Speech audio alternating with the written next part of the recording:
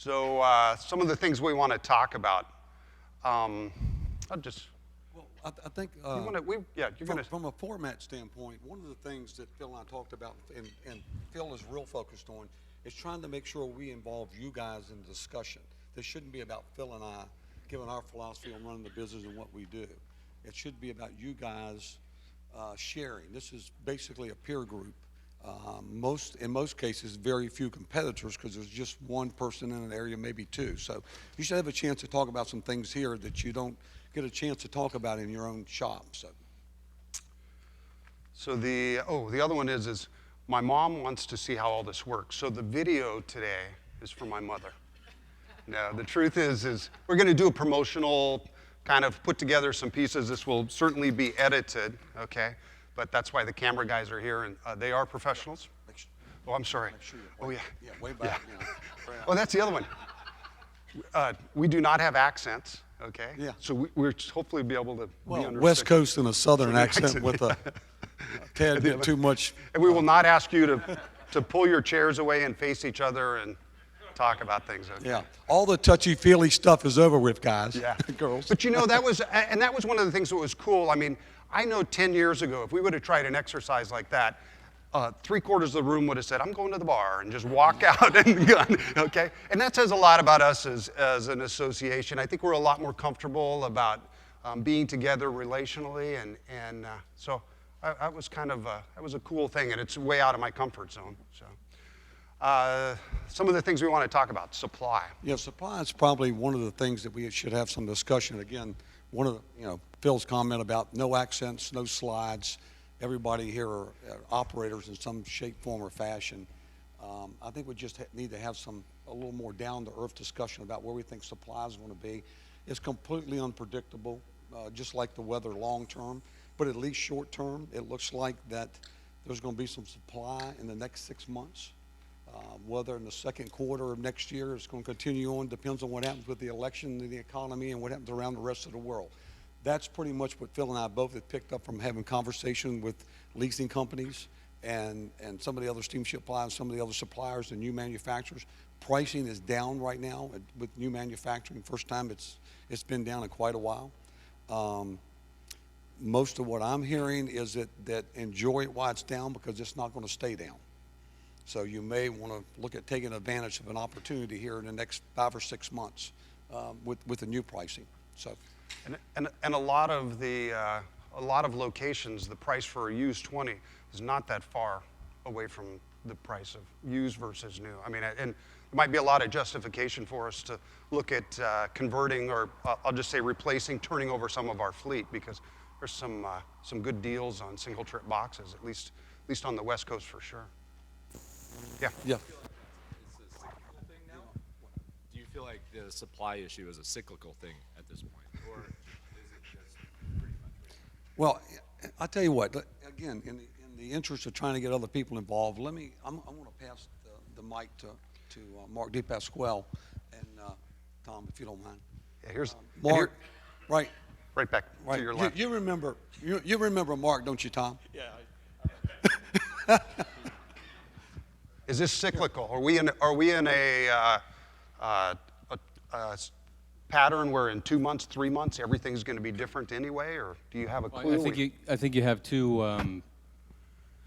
When you talk about supply, you have new production and you have supply of equipment that's just generally hitting the market. On a new production point of view, I think that the fourth quarter is typically the slower.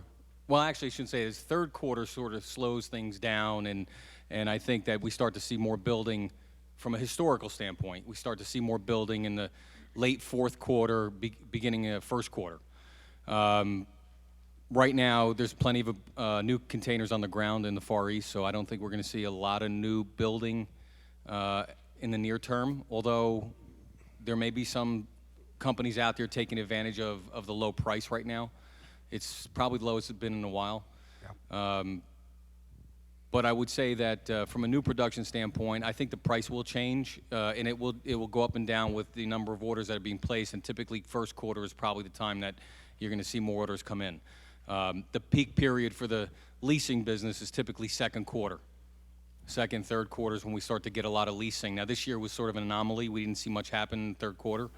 But if you look at that historical model, you probably can expect that you'll see more building come the fourth quarter.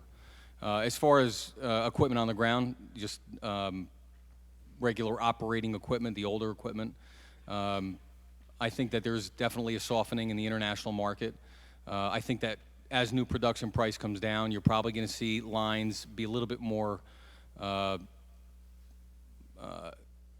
in line with maybe off-hiring or some stuff because there's not a lot of risk. They can probably grab new equipment at lower cost as well. There was this problem in the past where if you were leasing a container at 65 cents a day, and if you dropped that off, you kind of lost it. And then you had to pick up a new container at $1.10. Well, now that new production is so low, you can get new containers for around the same price, and you can probably take advantage now of some of that older equipment that's been in the fleet and get rid of some of that. And maybe that'll do something to help with the quality, because I think most of you guys, besides having a storage fleet, also do retail sales, and we all know that the quality has been awful the last 2 or 3 years. It's bad enough the price is high, but the quality is very poor. If you're fortunate enough to be in a port like LA or New York where there's a little more supply, but outlying, it's been tough. And you have to explain to your customers, you know, I'm going to charge you X amount more, and the box looks a lot worse than the one you bought 4 years ago, and it hadn't been easy for any of us.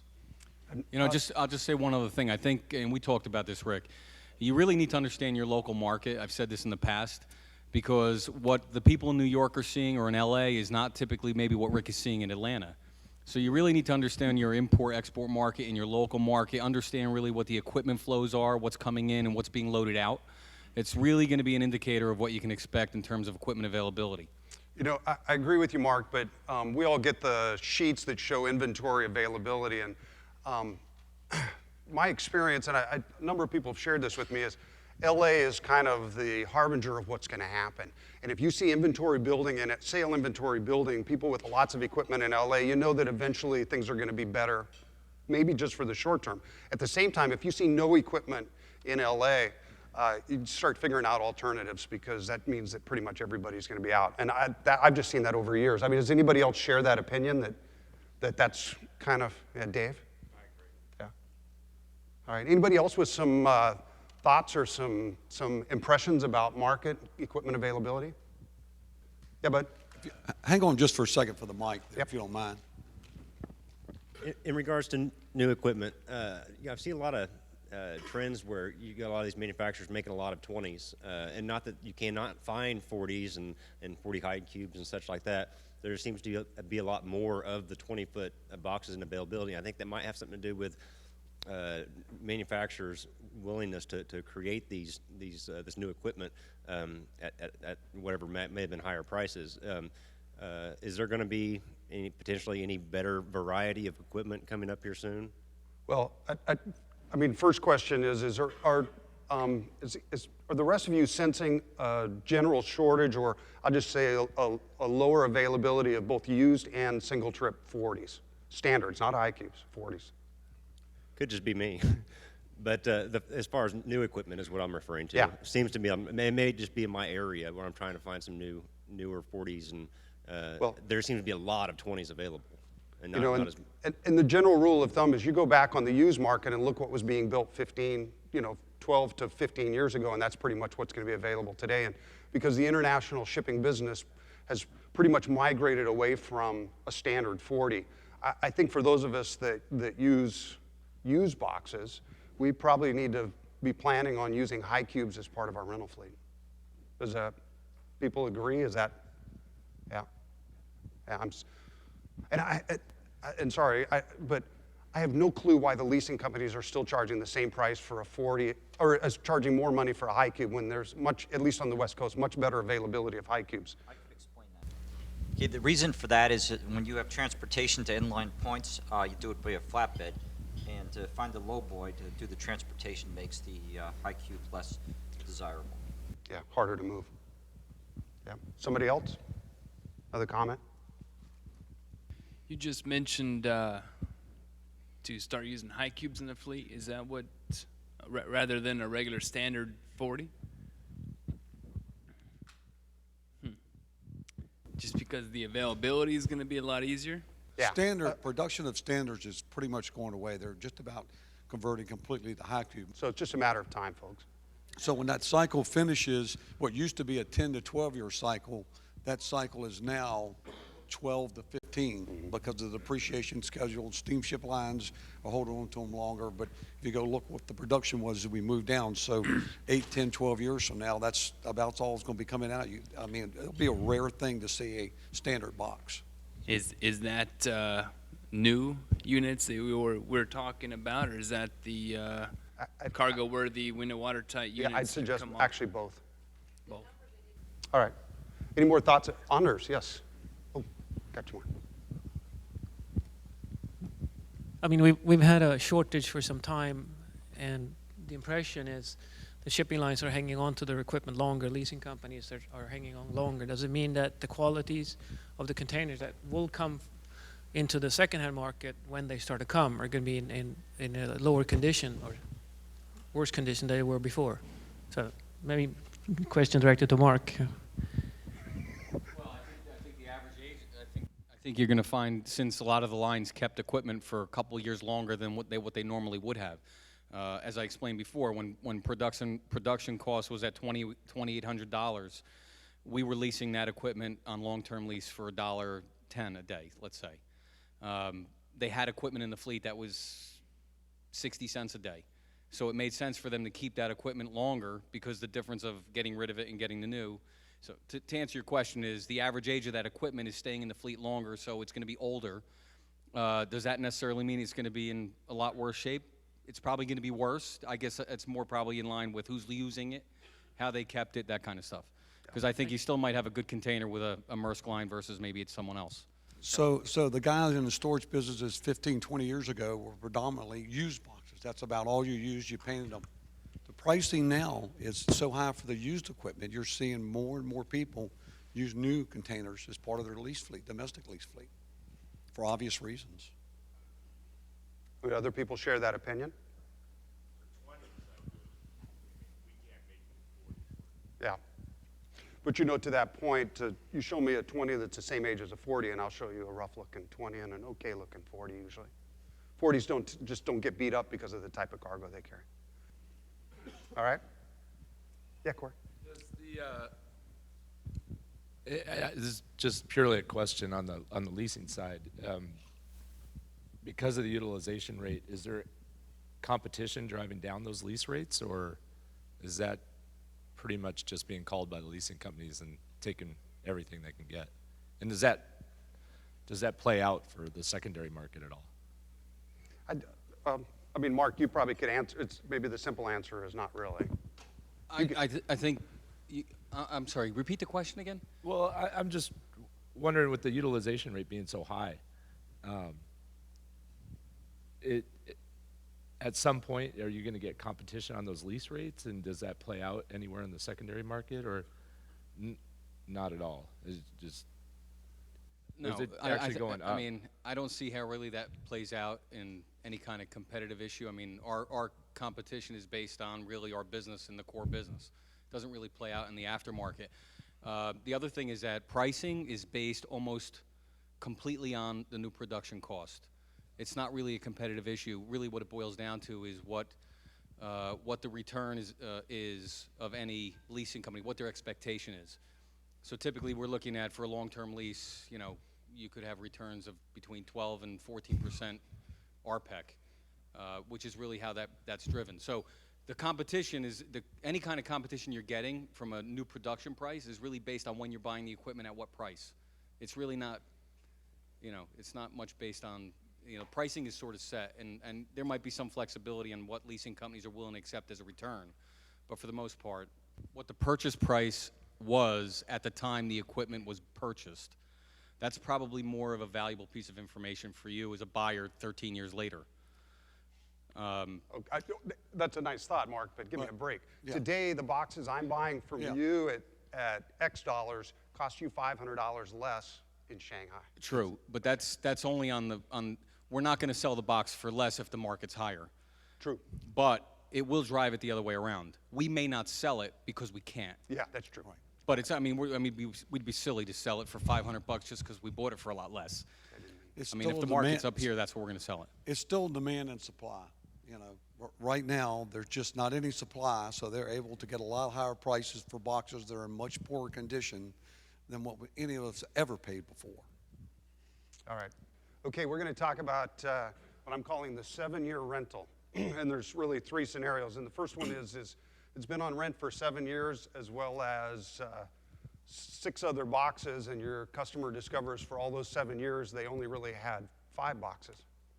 And so now they want you to give them back a value of something around, it's just happened to me, about 5 times the purchase price, what I paid for the box itself. We screwed up, but they paid the bill all those years. So,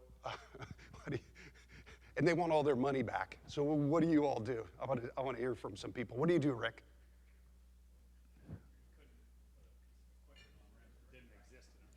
Well, what Rick just said is they have a system that won't allow them to put a piece of equipment on rent, and that's okay.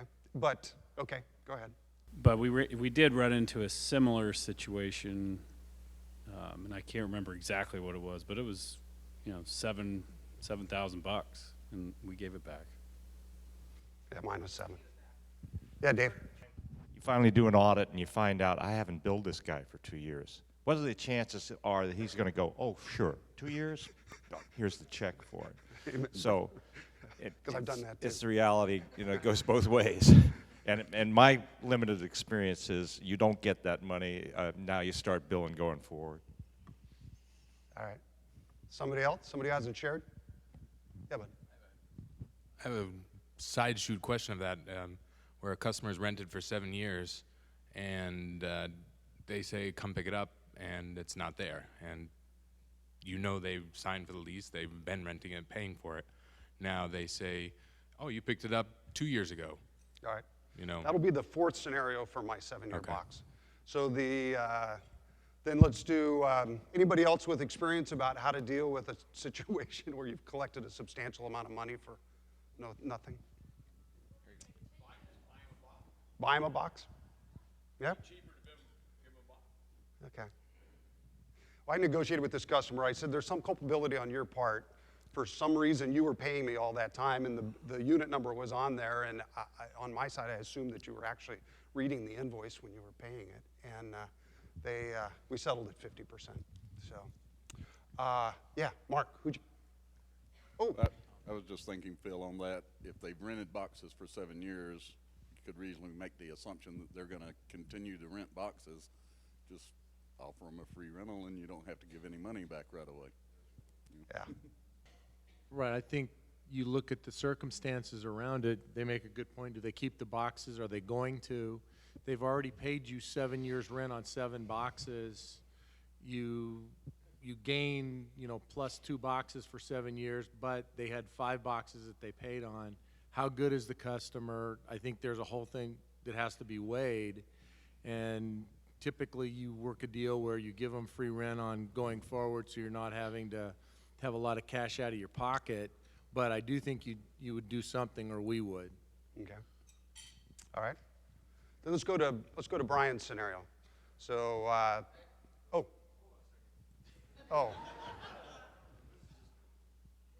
mean, good customer, bad customer. I mean, I'm going to tell you right now, they're going to sue you for 15 grand if you don't give it to them. That's it. I mean, they're not, we're not talking prices here. I'm just hypothetically saying, if you had 2 containers and they've been paying you for 7 years and they didn't get any services, they're going to sue you. Now, you're going to go to court and you're going to probably settle for less than that, but you can give them all the containers you want. You try to negotiate, but you're going to get sued.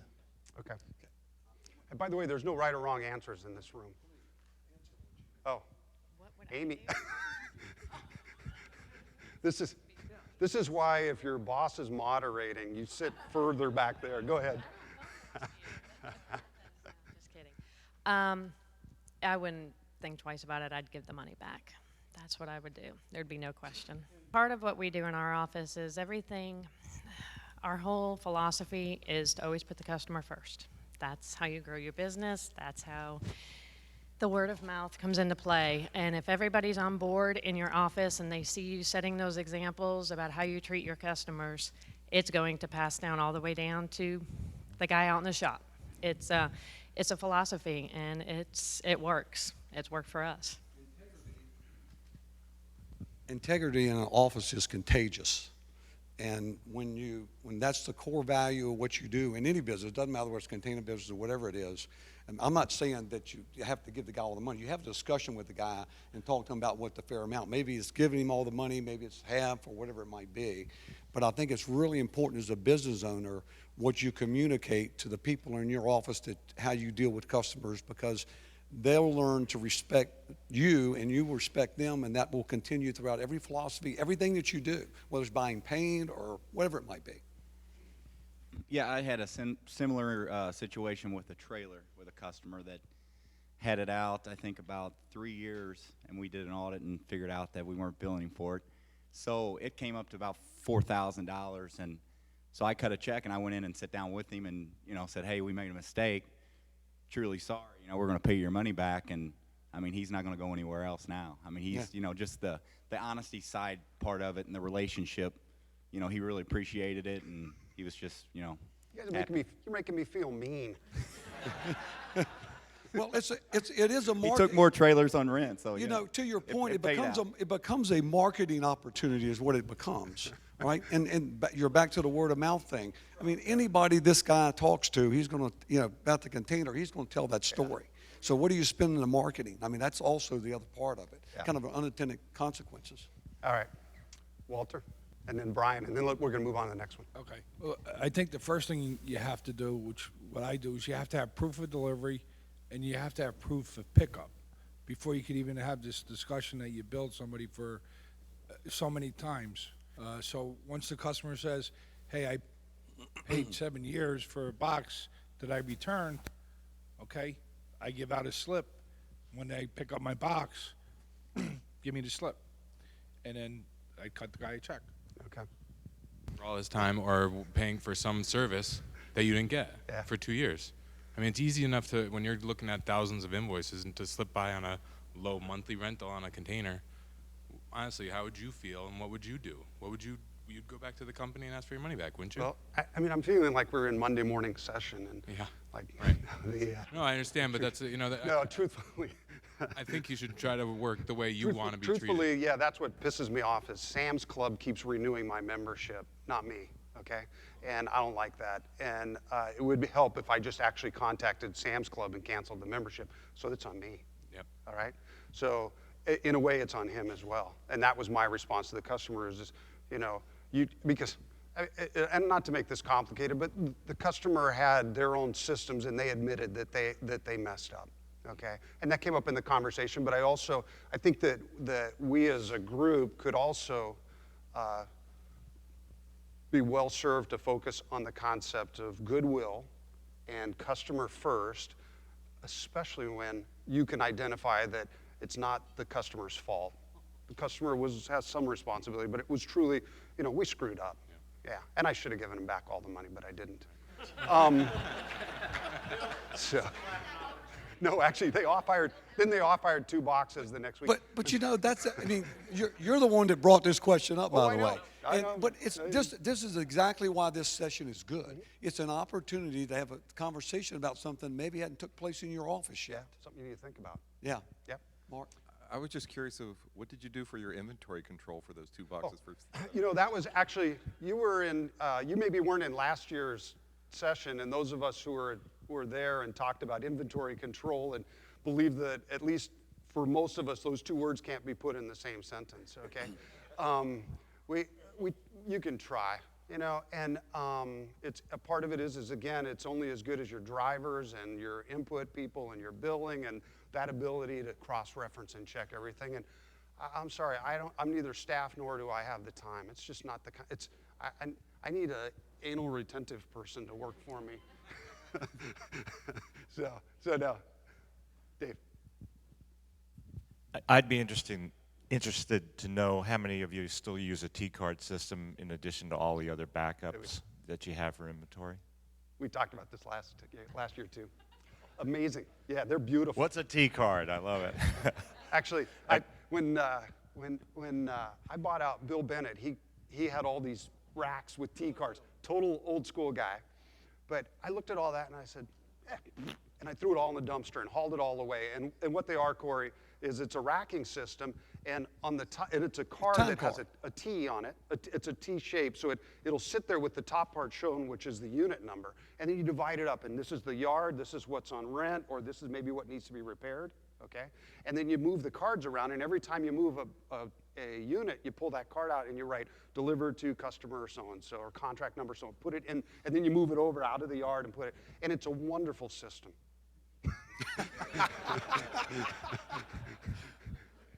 What's that, Dave? Oh, Dave. My manager, who's over at the World War I Museum, apparently, not here,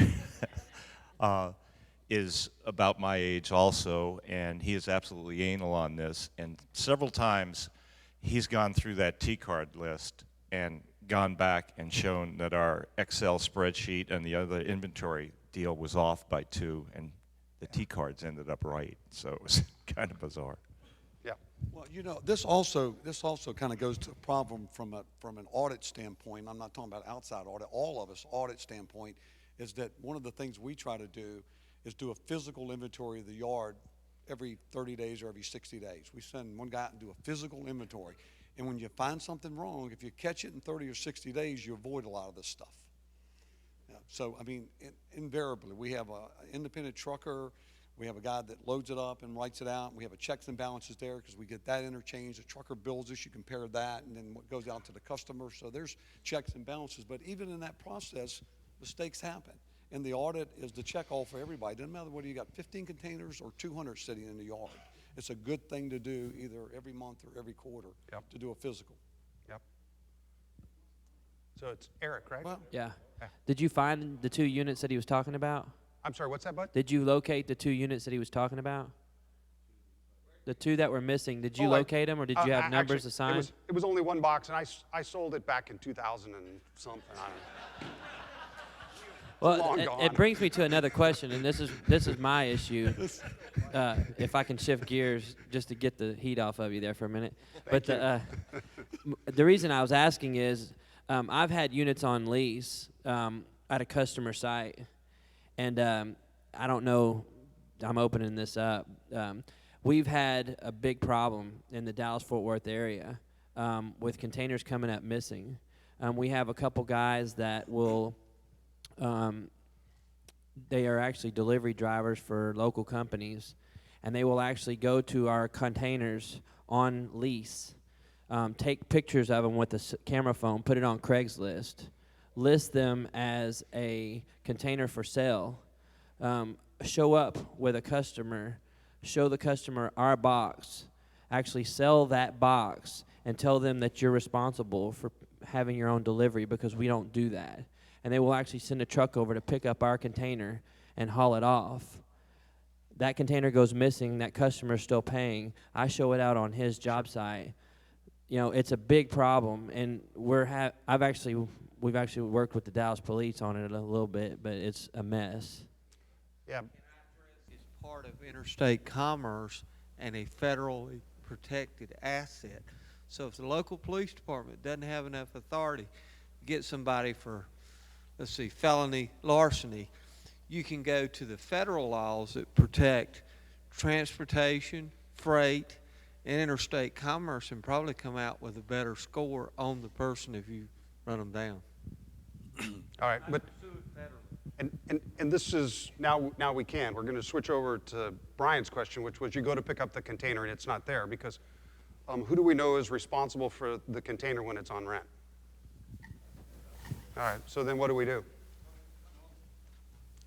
Matt Eagle? First thing I'd do is look through my old contracts to see if it was there. I'd find the driver that delivered it and speak to him to see if he moved it down the street where they suggested to move it. Then arrive at the place, talk to your local neighbors and see if they know anything about what happened. And then if the answer is still no, that's when it becomes difficult. You can meet with some of his trade references, check your credit app, see if there's somewhere to find him, check with the police department, see what's going on, and then give it to a collection agent if you still come up dry. Okay. Mr. Langford. In Texas, you can't file theft charges against him because it was a civil matter, civil contract. So you got to go through the blasted courts to try to get it back. You know, it takes time and some money. Okay. But you can, I wanted to file theft charges more than once. You All right. Dealing with scoundrels. Somebody else? Yeah, GPS on boxes. It'll come eventually when the pricing, you know, when it's economically feasible for a business, in a business model to do that. Right now, it's not there. It makes more sense actually for the steamship lines to be doing that and then kind of pass whatever's incorporated in the box on to us once we get it. And that'll happen at some point 10 years down the road, 15, 20 years. Well, What did he say? Can you put it on him? well, just a sec. Did you want to ask a question? Or? Well, his question was whether or not boxes have serial numbers, and the answer is most of the factories traditionally stamp numbers on the inside of one of the front corner castings. Is that right, Mark? No, they inside rail, stamped in. And actually, on our lease fleet, and I know that everybody doesn't do this, and this is why I won the award. I'm almost ashamed to admit to this. We actually weld the unit number on the outside of the corner casting. So it's welded on there. It's raised lettering. Now, a guy can still grind it off. It's like a serial number on a car or anything else. He can grind it off, but we have that fallback. I'm not quite as perfect as you are. We just use a crayon or something like that and write it on the inside. Yeah, where they can't get to it. So, Jeff. Does the plate that's on the door constitute as like a title? Then you would hold on to that and then turn that over to your customer at that point as a sale, or I mean, does it mean anything? That was an old wives' tale, but I don't know if that's true or not. Answer, somebody? I'm seeing heads go this way.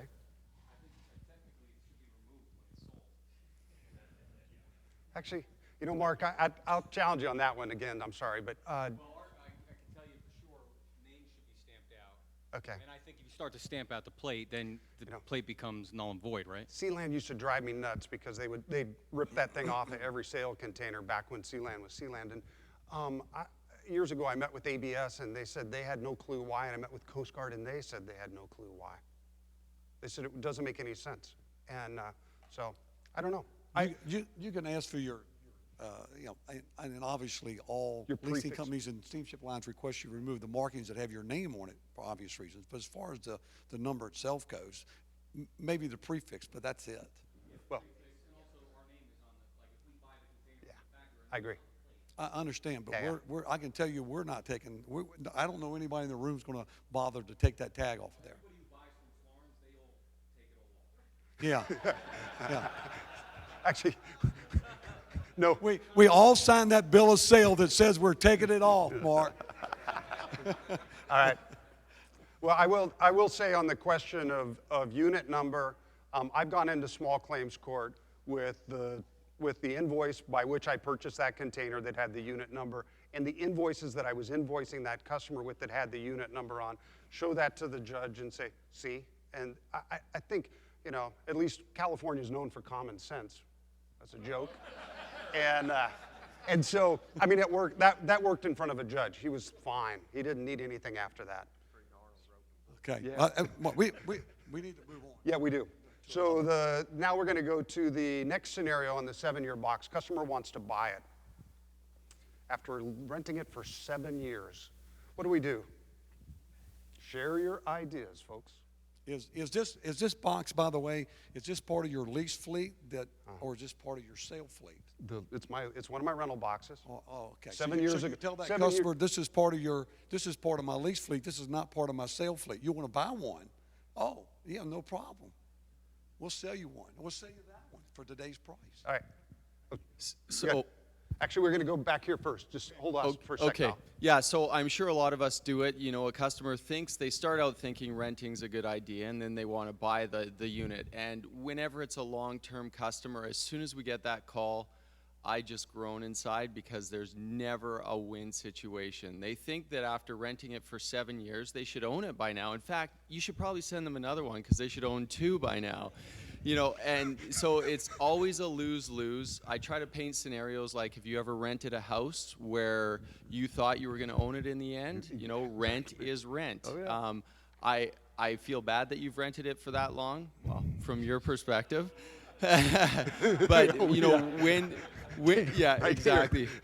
So we do have a rent-to-buy program where we will give them some of the rent back, and I don't know if it goes against association rules to talk about how much rent we give, but you know, we do have some of the rent that goes towards it, but at the same point in time, you can't give all the rent towards the purchase price, in my opinion. Yep. We're going to do Val, and then we'll go back in the back. Thanks, bud. He actually gave my answer about renting an apartment or renting a house. But what I tell people, I kind of make believe I'm poor, and I say when I sell a unit, I have to replace it. So I have to sell the unit they have based on replacement value. Yeah. You know, back in the back. Yeah, bud. Yeah, I do the same. I mean, I base the sale on on current replacement, and the most I tell customers if they want to purchase, the most I'll credit towards any purchase is 50% of the prior year's lease, no more, all done. Yep. And what we do as well is we take our current used equipment price plus the cost of paint and the lockbox. Well, it can. What do you mean accounting?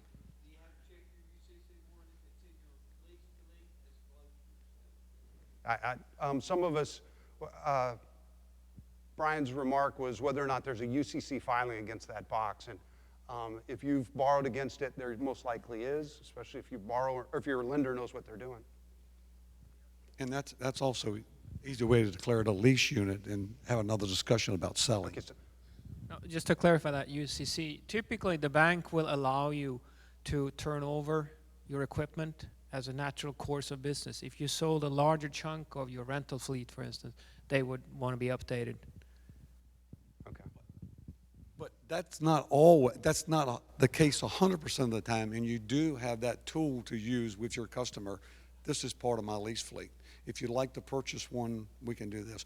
We've had people over the years, and I can let Ray tell it if he wants to, if you choose. I won't do what I did to Amy with you. Call up and want to buy the box, and we say, sure, you can buy the box and be glad to sell it to you. He said, yeah, I think that's what I want to do, and we'll just keep billing you, and we'll make a note in the system right now. You can buy that box. I'm just going to pick a number for $2,000. Just let us know when you want to buy it. He said, I think that's what I'm going to do. Call back 6 months later. I think I want to buy the box. I've been paying you 6 months lease, and this goes on and on and on. Doesn't it, Ray? It's amazing how many times. That particular day he wanted to buy it, but he has to come up with the cash, and so he doesn't, and then he starts renting again, and it runs for another 6 months. That's just the nature of people with small businesses. I mean, that's just kind of how they operate based on cash flow. So, Walter? I've found that the best way to do anything is to let everybody know ahead of time. So in my lease, it already states how much that container is going to cost them. I don't care if you're renting it for a month, 2 months, 5 months, 20 years. You're paying what that box is in that lease at the time. Yep. So we're Just- back in the back again, real quick. Just a quick note, when that call comes in, the first thing that we do is we go into the system, and if they're not current with their payments, we don't have the discussion. Start by becoming current if they are behind, because a lot of people, well, I owe you $500, I said, no. Rent is rent. You owe the rent, pay the rent, then call me back, we'll talk about the purchase. Yeah. I got this in the exact meeting like we're in 5 or 6 years ago. Got it from a guy at a round table when we were eating. And I immediately went and told my office manager to put on every invoice and underscored it. This payment does not apply to purchase of this container or any other container. And they get it month after month after month. Is it true that you've been sleeping with your office manager? Hey.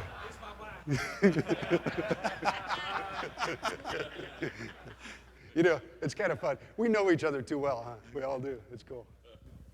To address the lease purchase option, we've done this a little bit, and we've tried that, and we don't recommend doing that with your customers. They either lease or they buy the container. It keeps it a lot simple. Lease purchases never worked for us. But going back to the other issue on selling the container, I'm going to go back to the putting the customer first. And one of the things, if they've been renting it for 7 years, there is that little bit of goodwill that comes into play.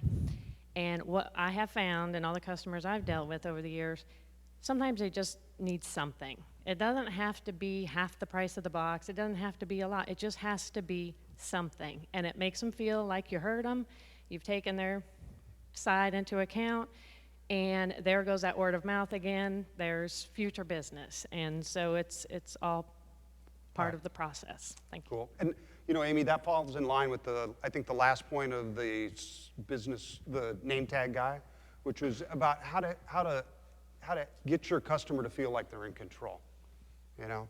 And I think that was an important concept. I was kind of challenged by that notion. Angie. What we do is we, if I have a customer doing two scenarios. One, if I have a customer who's renting it for a while for us, and then all of a sudden they come and they go, I want to purchase this. If they are current, we will tell them the first year of rent doesn't count towards, and then we take 10% and give it to them, because it's the goodwill. And 10% really isn't that much. The other thing we do is if somebody comes in and they go, I want to lease to own, and we go, we can't do that. It's legally, we can't do that. I go, but what we can do is, again, the first year doesn't count towards it, but you go pick out your container. That way you're not getting into my rental fleet, and you're not having to have a painted box.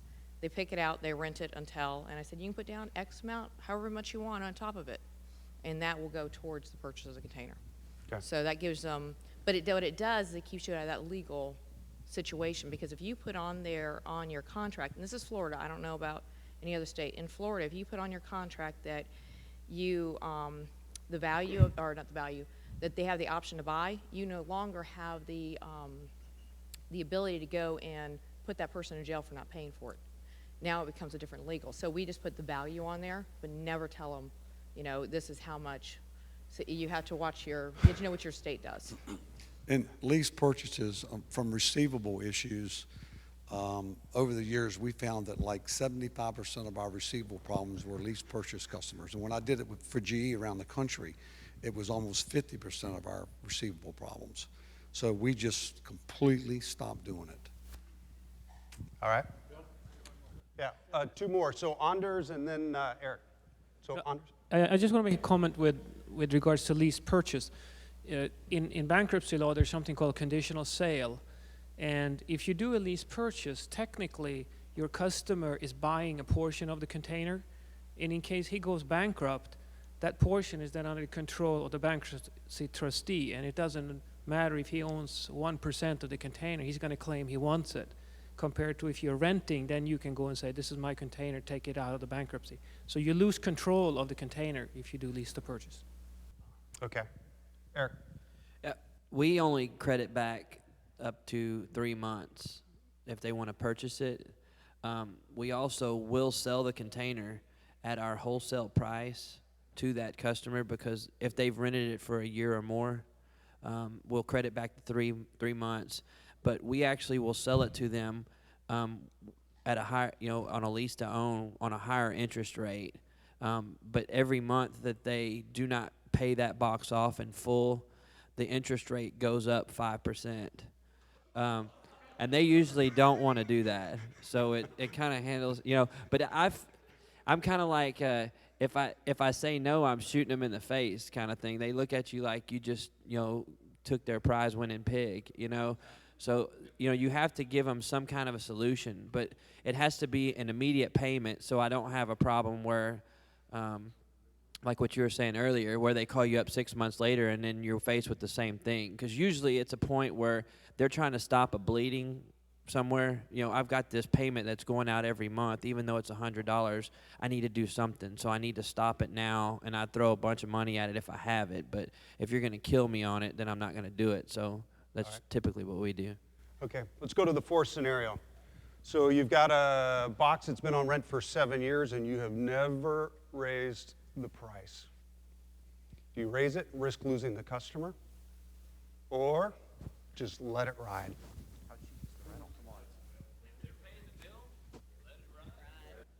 Good question. All right, so Rick's asking, he says there's other factors than just the customer.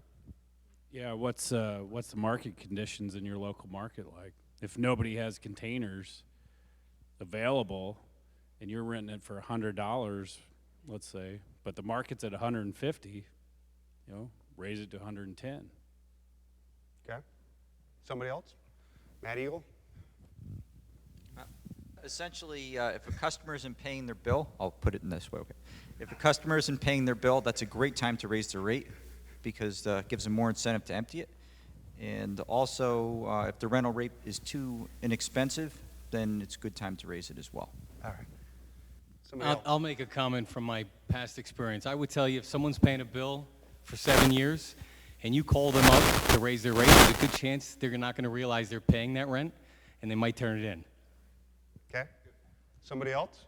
By the way, Mark has worked in this side of the business as well, so he knows the operator side. There's something I've done. I've only ran this company for 7 years, but I don't rent to residential use just because it's tough to go in their backyard and try to repo the box. So I've had customers. I've got a casino that's had them on for 7 years, and they've never made a phone call and said, "Can we have it?" So I just continue to send the bill to them. And So you say let it ride. you're damn right. Okay. If they pay the bill, let it go. If you have a rental contract for $110 a month for a 40-footer, No numbers. If you, okay, whatever. Oh, if you whatever have a the- cousin who has a rental contract. Okay, whatever the rate is, unless you have verbiage in the contract that allows you to raise the rental rate, can you even do that? Can you legally raise the rental rate on them if you have a contract that says it's X dollars a month? Good question, something to think about. By the way, I'll interject in here that I asked a couple of the multi-site companies, and they said, we raise our rates. Okay. So. Kind of a story that's similar to that. We recently we were looking for a 2001 Rail Pig and needed to send it to a customer of ours in Chicago, and it was loaded. Really good customer. They've got about 50 trailers. So we called them up and said, can we, bring this trailer back to you? It's on our yard, loaded. And would you cross-load it, and we'll give you a free rent, whatever. They said, sure. So we picked the trailer up, took it back to them. They unloaded it. They didn't know what was in there. They didn't reload it. They got rid of the stuff. So we lost the rent on the trailer, however we sold it. So once you start raising rent and this kind of stuff, to Mark's point, is they may not know what's in there, and they may just let things ride. So be careful. All right. Good. And I have another question, Phil, if I can. It was an argument or a discussion that we had earlier, and maybe you don't want to go there, but on the same thing as billing, 28 days versus a month. It's on our list. So, okay. Okay. I wanted. Back in the back. Just a quick question, I guess, if anybody has done that, like a global price increase, any percentage on how many people said, yeah, no, come get it? I'm sorry, so your question was if we've done global price increase? Yeah, including rented units. If anybody did just a global, $50 a month, whatever they are, it's like, yeah, you know what? Let's push the button. Everybody's going to $60 a month. Yeah. What was the rate of people that said, no, I'm all set with that. Come get it. I made a deal at this price, and I'm not doing that. Something to think about. Absolutely. Pardon me? Yeah, I should have raised the guy with no boxes. Yeah. Then I just owe him more. Yeah, bud. Yeah, I just did raise my rental rates across the board September 1st. I was trying to get boxes back in for the retail season, and I got one back out of 240 units. And the guy, it was fortunate, the guy who called to complain about it, he's a trucking company, and so I asked him why I have to pay $2 a mile now on freight when I used to get it for $1.50 at the same fuel price. Yeah. Well, it's something to think about, right? And, all of us sometimes tend to be so much into the day-to-day that maybe the strategy and I'll just say the significant impact that doing things in a plan, looking at it, saying, you know, waking up one day and saying, wow, I've been at these rates since when? Okay, might be a factor. The next thing we want to talk about was, was personnel. We had this discussion in Virginia Beach, whenever that was, 3 years ago. We had the roundtable, and I had asked the room. I said, you know, guys, folks share about some of the things we should talk about, and somebody who was maybe my age or a little bit older said, how do we motivate these kids? And referring to employees, and I just have a mechanic that I hired in April, and he's 25 years old, but he's a certified welder. And he came in last week to my office and said, I need to talk to you. I said, okay. He said, I'm just feeling sore and tired. And I said, okay, what would you like to do? And he goes, I just want to work 4 days a week. And I said, okay, how would that look? And he said, I'm going to work Monday, Tuesday, and then I'm going to take Wednesday off and then work Thursday, Friday. I said, oh. But I said, you're 25 years old, and you shouldn't feel this way. I said, your medical is in effect. I mean, maybe you need to go get a physical. And he goes, yeah, okay. And then I said, was there anything else? And he said, yeah, could I get a raise? Okay. And, you know, some of us are at a point in our lives where we're working on being sensitive, more understanding, more patient, right? And I am. I truly am. And so the thing is that it's a question I'd like to see if we can get some sort of traction and a discussion about is what motivates someone who's under 30 years old? And I realize there are some people under 30 years old in this room, but as a business owner, when you're dealing and you want to deal in a fair and a level way with your people, what do you do with, I mean, I'm just looking at this guy just thinking, I haven't figured you out yet, you know? And it's a challenge. I think that's at least, I would suppose for me is going to only get worse or more of a challenge. And I want to do better at it. So does anybody have some feedback, some thoughts? Your father's generation had the same problem with your generation. No. I was ideal. Very simple. It sends a message for the other employees. The tail's wagging the dog, and it doesn't work that way. We're giving you a paycheck. We hired you for a full week. If you don't want to work for us, the door is right there, and I'll give you a raise when you deserve it.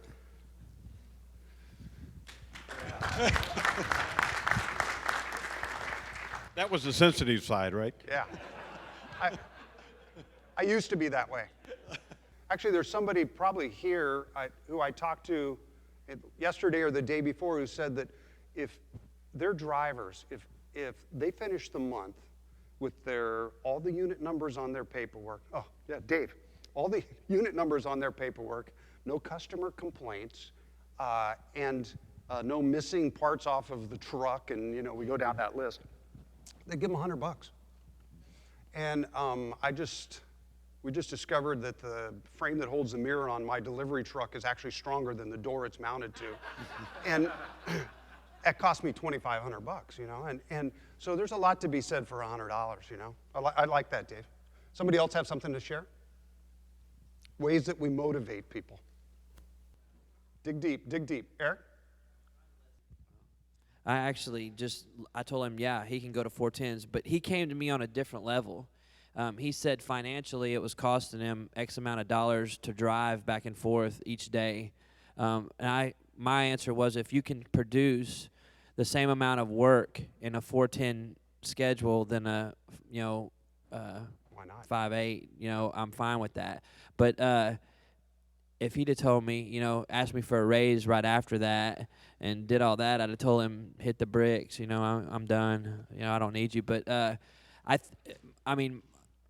probably going to philosophize here, but I'm 37. I'm not that far off of it. I'm not super educated or anything like that. I worked pretty hard early on, but I believe it's this no child left behind kind of theory that's developed this mentality into thinking, everybody deserves something, and it's becoming an issue. Everybody gets a trophy at the end of the game. Everybody this. There's no winners. There's no losers. And I may be stepping on some toes here, but If they bring that crap to me, they're gonna lose right away. I'm sending them gone. But sorry. All right. Anybody else? Good. So now let's talk about 28-day billing. You know, we talk about this every time, and I thought we've talked about it enough that everybody knows you just bill every 28 days. You know, what's amazing to me is over the years that the pushback, including in my own office, that you get from 28-day billing, but once it's done, it really is not that big a deal. And a good example is we went to C-Box in Philadelphia, and they have a pretty good-sized rental fleet in addition to all the other things they do, and they were getting a huge pushback. Is John McCarthy in here? No. They were getting a huge pushback from their guy that ran the rental fleet.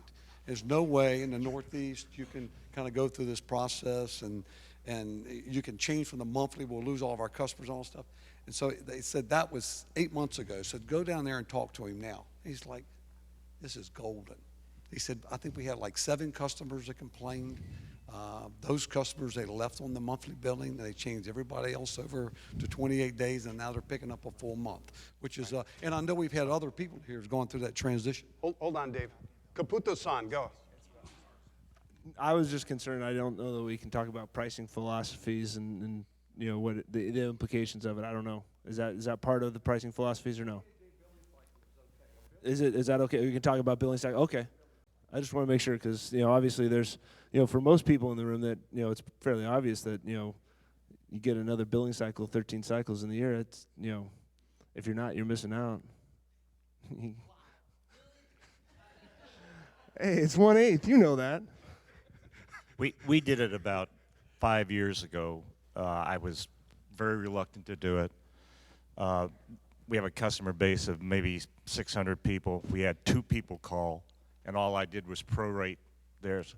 Take the 12-month rate divided by 13. That's their new rate. They're the only ones that push back on it, and it's found money. So everybody I have talked to that's reluctantly made the switch has been very, very happy with it. All right, in the back. Yeah, definitely found money. The pushback from the customers is minute. I had more problems with the office help. They just thought it was going to be just this catastrophic deal. And I said, you know what? Let's make it easy. All the complaints, you send them to me. And I wasn't very busy taking complaint calls.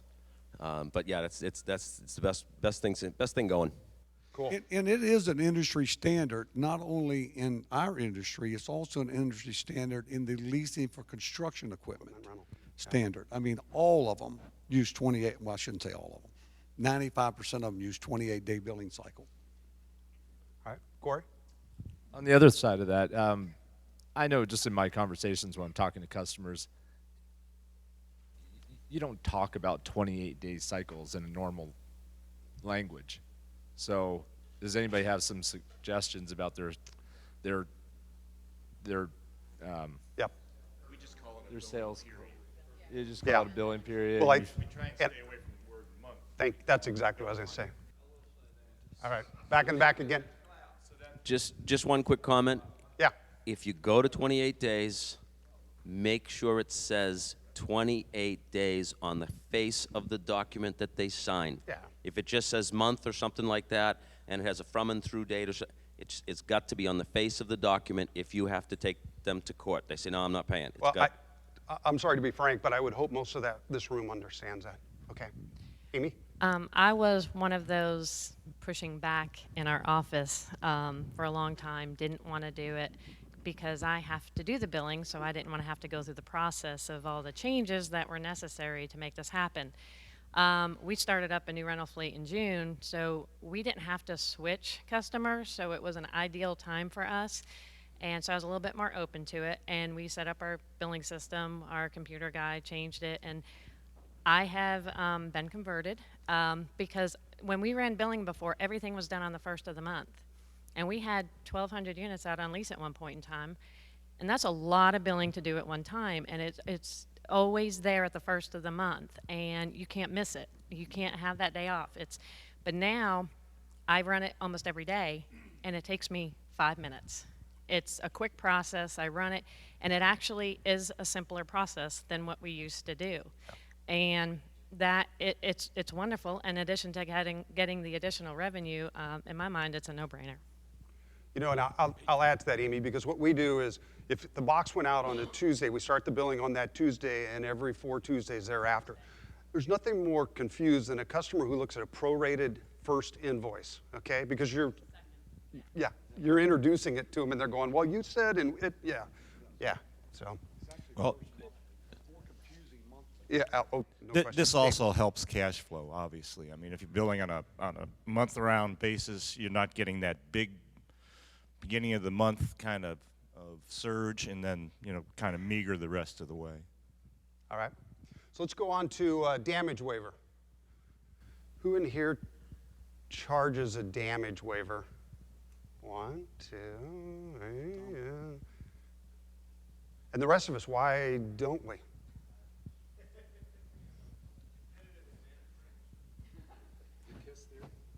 I think, I almost wonder if that's part of it, huh? Somebody? Why do you not charge a damage waiver? Yeah, Walter? The reason why I don't charge a damage waiver is because I want the customer to provide me with a certificate of insurance. So when the container's lost, they don't have it anymore, I have the insurance from them to call their insurance company and put in my own claim. Okay. Someone else?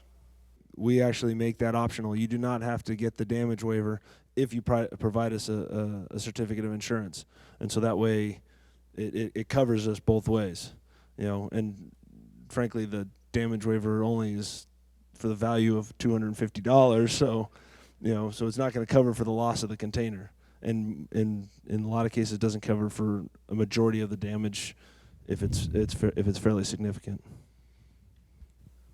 All right. Anybody else? Anybody who charges a damage waiver, how did you institute that program? On a new customer by new customer basis or wholesale across your rental fleet? Rick? You don't remember? It's 7 years, right?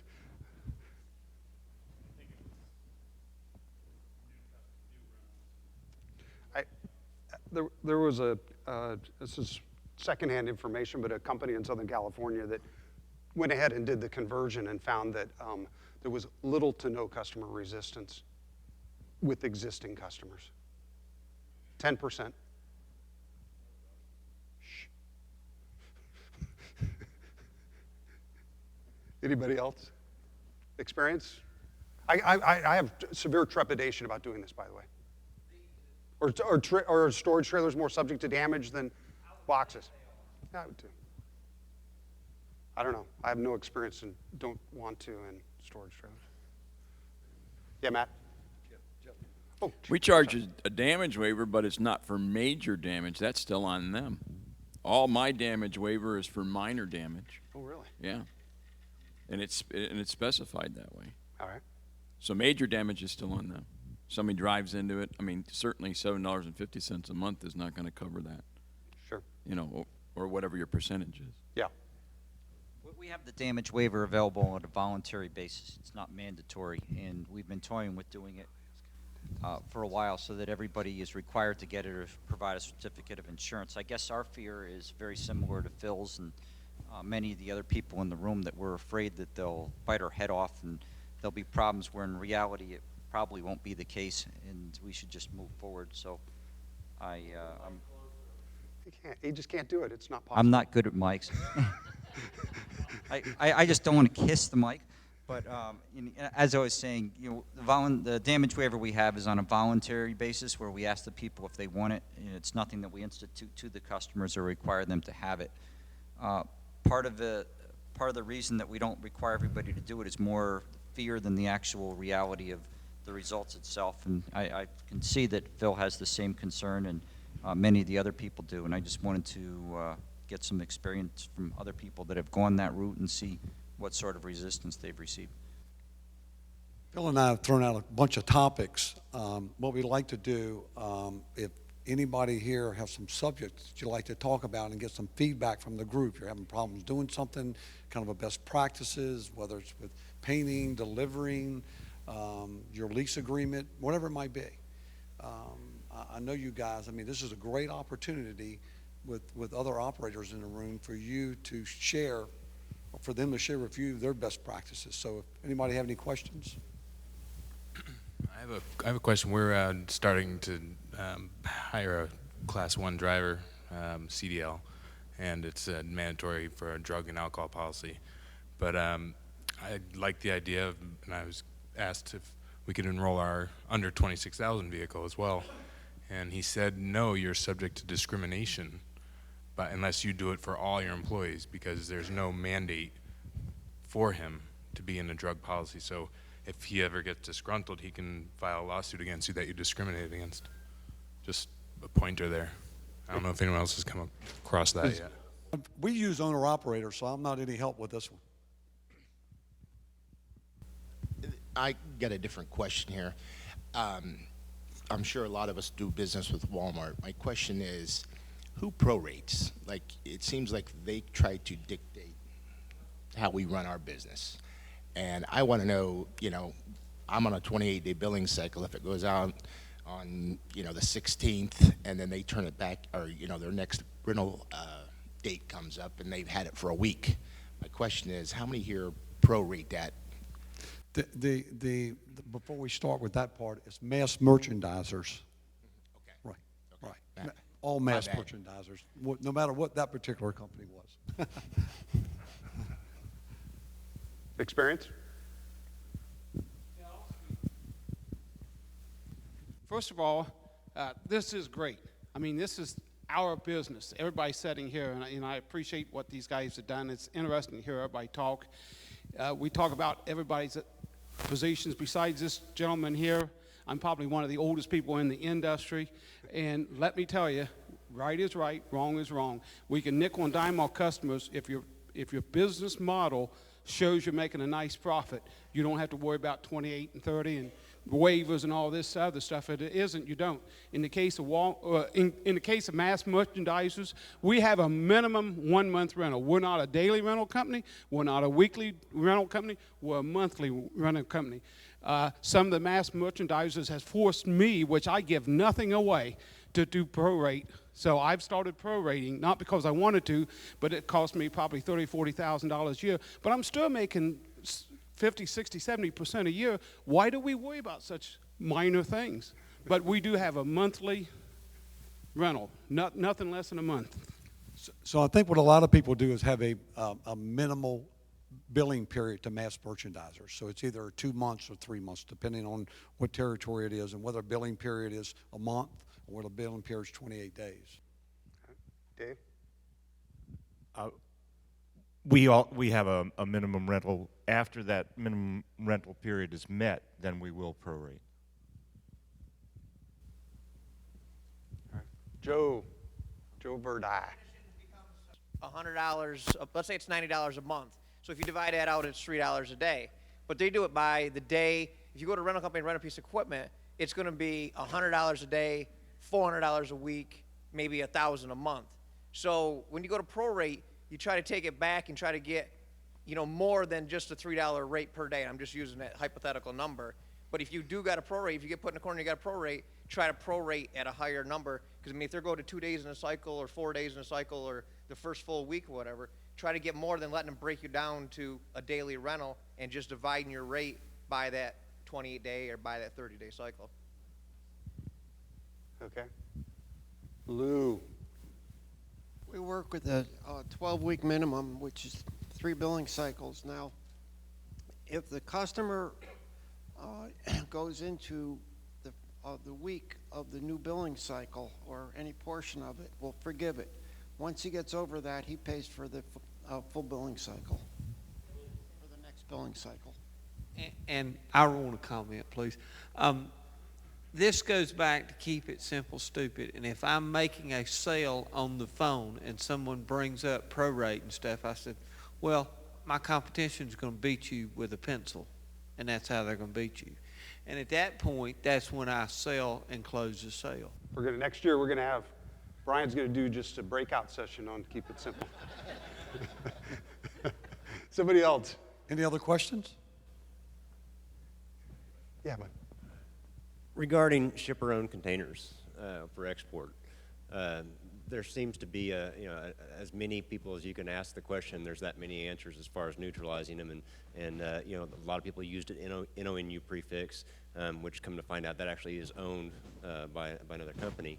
And I've asked several people in the industry, is there a good, simple answer to the proper neutralization? Yeah. Not just I've taken all your name off of it, but they need actually a number or something like that without actually having to go to BIC and pay the many thousands of dollars to have your own prefix. We've had, BIC has actually presented at these events in the past, and my understanding is the answer is XXXU is acceptable. Is it? Yeah.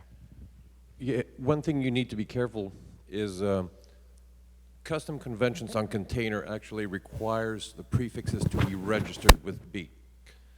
So if you send that container, you sell that container, and it goes to a place where you have a very picky custom agent, they could actually block the unit. Custom conventions on container requires their prefixes to be registered. So that tells you. My experience is that, and I used to be in the years past much more involved in that, and it's just XXXU. And I think the other one, while we're on that subject, is, well, actually what he mentioned was that, and I didn't know, I wasn't aware of that, but the problem with NONU is someone owns that prefix.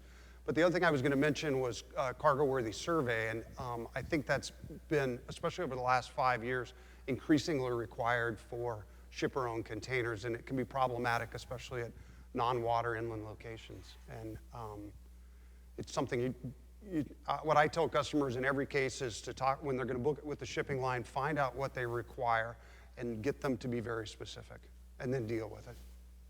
So, Eric? Yeah, back what he said, when I actually dealt with the problem that I talked about earlier with someone actually taking my units, or, and the way that they were there was an issue where they were actually reclassifying the containers by replacing the nameplate and issuing new nameplates on the containers.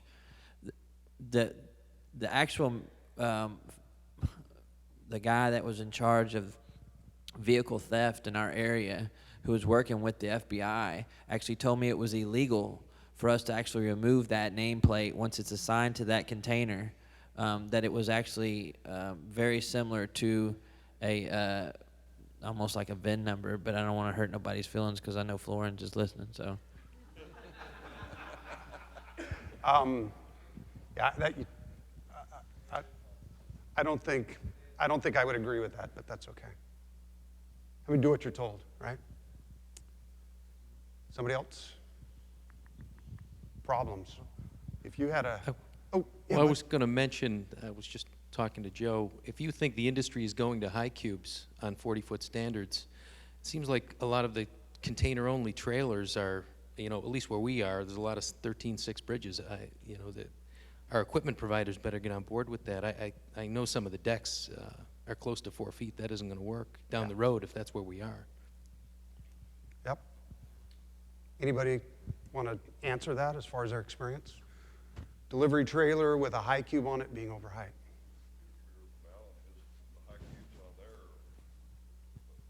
Yeah. Yeah, so Contrail. Yeah, Contrail, it's legal on the deck. Landall 330, you go all the way home and you risk being over height.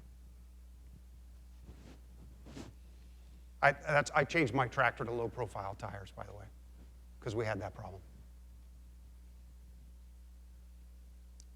Anybody else? I had a customer ask me the question of the lifting capacity of a 20-foot container with forklift pockets. I got in contact with Joel at the office, and he put the word out to maybe some of you, and I was not able to get a response. My customer is federally inspected, was making a safety manual, so they wanted some precision. Sure. And I didn't get an answer to my question. Yeah, it actually, it's not about the forklift, it's about the container design. Well, if you're dealing with a 40-foot container, you can't lift it with a forklift loaded. A 20-footer, it depends on the forklift configuration. It depends on the forklift configuration. You have empty forklift pockets, and then you have the loaded forklift pockets. And whatever your machine could pick up, that container could get picked up with whatever load you have in it. Walter. Now, There hasn't been empty and loaded forklift pockets since you got married. there's only some brands that make with the forklift pockets, correct? I've seen 20s without them. As a rule, all 20s have forklift pockets, and as a rule, 40s do not. You see a 40 with a forklift pocket, that's because somebody wanted to spend the extra money. Let's do this, because that would be a curious question. I'll answer that, okay? Not today, but I'll put it in the newsletter, okay? I'll claim responsibility because my down here tells me that it's full, okay? If you have full-length forks, and obviously a lift that's designed to do it, but let's confirm it, and there's plenty of ways to find that out. The 40-footer fork pockets are for empty lifting only. Exactly, which is why they don't do it. Right. Yeah. All right. I was going to say, that's where I know is that you go to these goofy places around the world where they don't have top picks, and they move them. All right. Anybody else? More questions?